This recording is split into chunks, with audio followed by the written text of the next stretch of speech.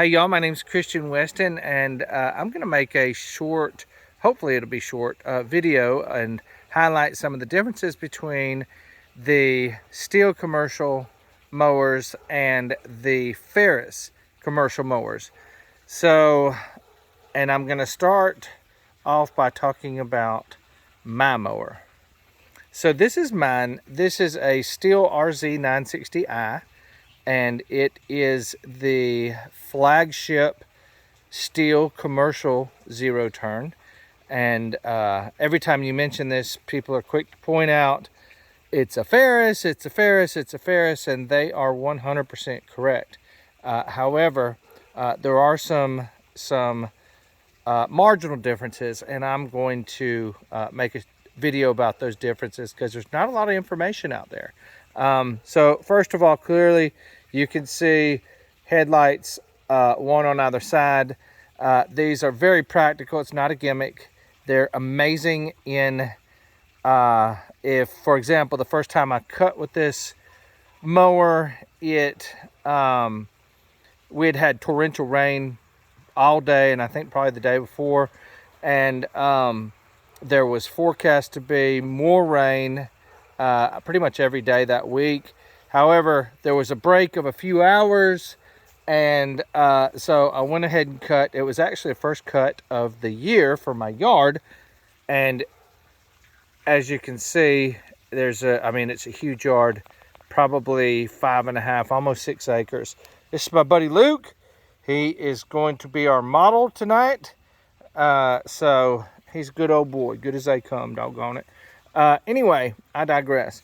So I ended up cutting half of this in the dark, that first cut, and it was very thick and very tall.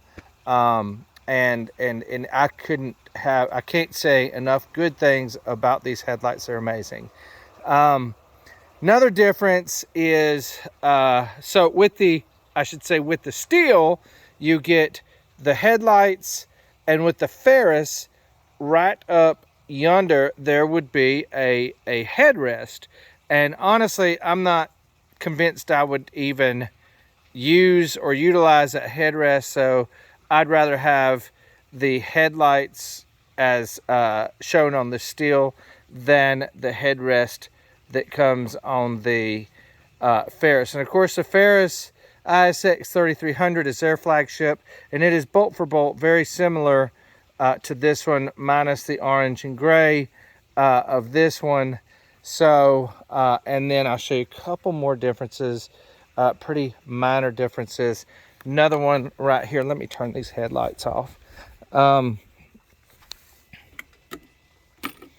So another difference is on the Stihl, you actually get 2 USB ports so that you could charge your phone, which is great. I'm pretty sure you don't get that on the Ferris also.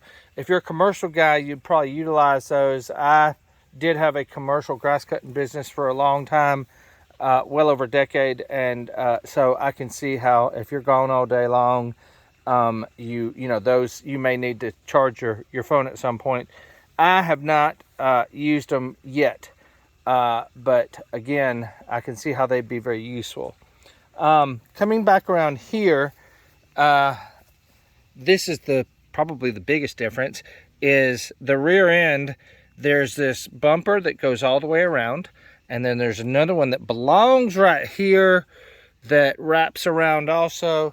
Clearly, in the case of mine, I have a Big League striping kit mounted up, and I haven't yet taken the time to put the bumper back on where it belongs, that lower bumper back on where it belongs right here, and we'll be doing that in the very near future. But as for right now, I don't have it on there right now. Now the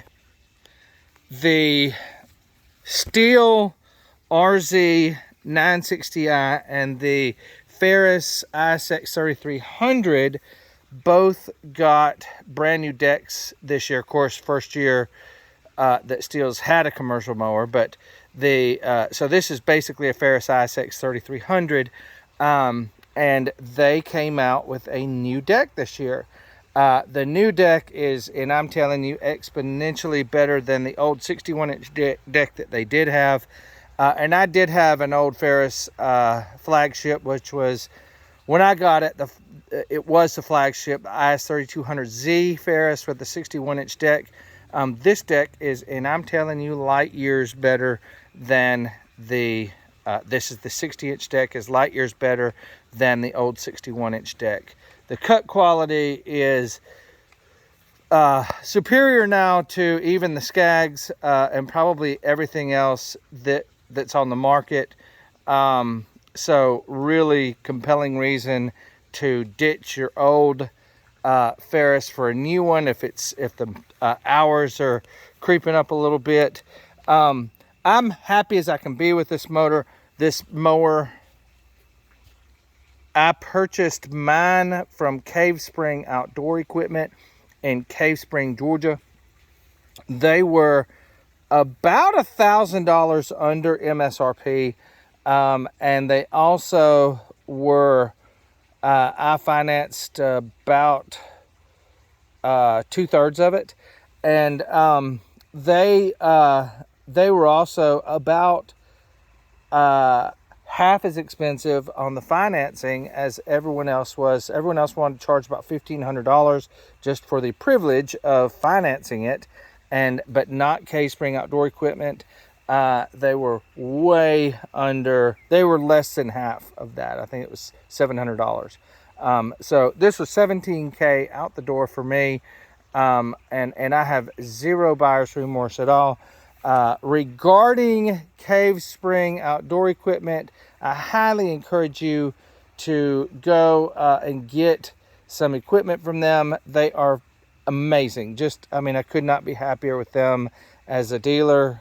Just incredible. So on this one, there are, and I'm not going to show you where they are, but there's a fuse cluster, 2 of them underneath the seat.